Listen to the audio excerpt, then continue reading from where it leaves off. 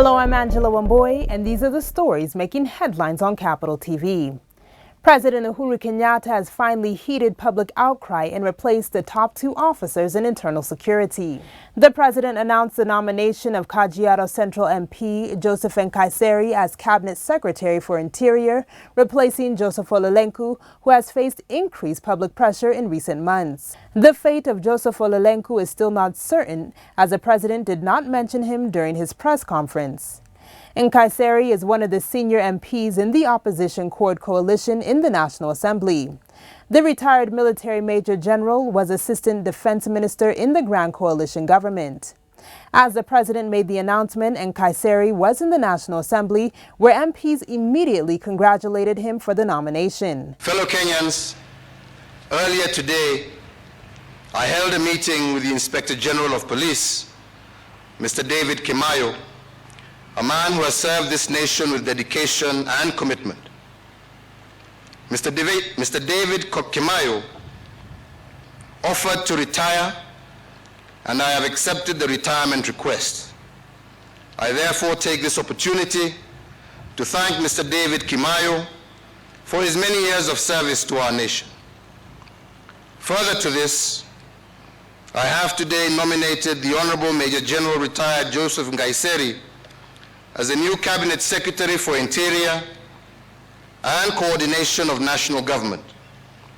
I hope that the National Assembly will expedite the process of his vetting and approval. The decision to pick Nkaissery to take charge of security was preceded by a meeting Tuesday morning attended by Inspector General Police David Kimaiyo, who has decided to take an early retirement. The meeting came after Al-Shabaab militants attacked a quarry in Mandera early this morning and killed 36 people.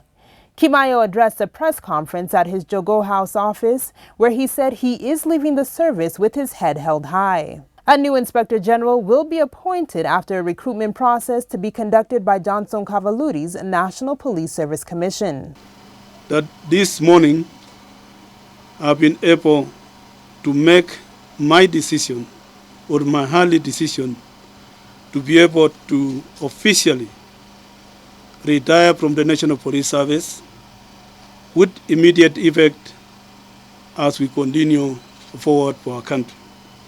This has been prompted by personal matters, and I have discussed with His Excellency the President, and he has accepted my early retirement as the Inspector General of the National Police Service. On this backdrop, I wish to sincerely thank His Excellency the President for giving me the opportunity to serve in his government as the Inspector General of the National Police Service. The Kenya Red Cross has joined hands in the search for two missing children whose sister was found dead in a bush within Kiambu area yesterday. The three are the children of lawyer Paul Magu, who died after being hit by a bus on the Thika-Garissa Highway in a suspected suicide case last week. He is suspected to have committed suicide after killing his wife, whose body was found on Kiambu Road 3 days earlier. A search for the two missing children, aged 9 and 8, has been narrowed to a forest near Tatu City, not far from where their sister's body was found. Police now believe the father was involved in the killings in what is linked to a religious cult tracing its roots to Nigeria.